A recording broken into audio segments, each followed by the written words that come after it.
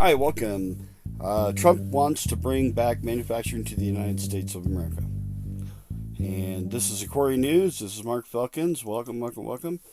And we're going to talk about that today, about what Trump said. And here in a minute, we're going to have it supported by viewers like you.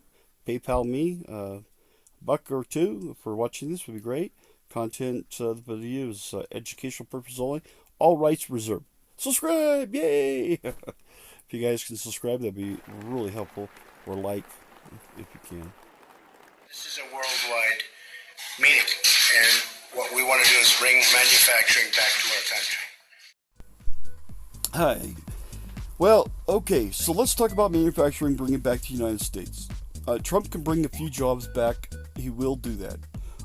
There's some manufacturing you can bring back here, and it will work. But it's not going to put thousands, well, I shouldn't say thousands, millions of people back to work.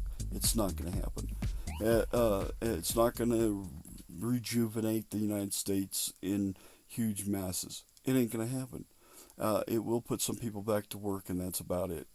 And these guys here in the room are probably here for other reasons than here for Trump. Probably for handouts. They're probably not here for to put factories in the United States. They already have them here in the United States. They just hire a few people, make Trump happy, and then make him look good, and whatever. See ya.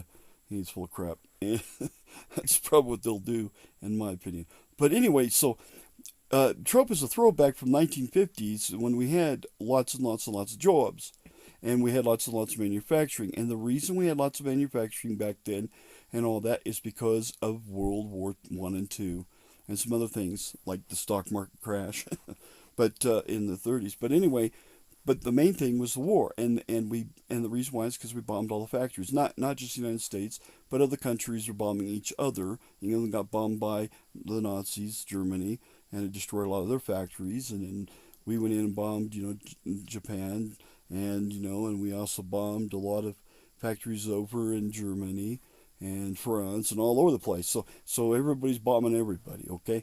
And so the factories got destroyed, and so that made it to where we could produce lots and lots and lots of stuff, sell it worldwide. But eventually the factories got rebuilt, and those 50 million people died, and so a big chunk of those 50 million people worked in those factories. They're all dead. So we had to rehire those people, rebuild the factories, come up with new ways of processing stuff over there, and which they have over the years. And so now the factories are over there. And then China comes into the scene. They were really remote at the time, and that now they're not, and look at them today. They're awesome. And so now that's new. So now we have factories in China besides all those other factories that were restored in World War II. Now we have and expanded, and now we have China with huge factories. Oh my goodness, all over the place there. Not to mention Vietnam and all the other countries and South America and everything. So there's tons of factories around the world, and all of them making stuff.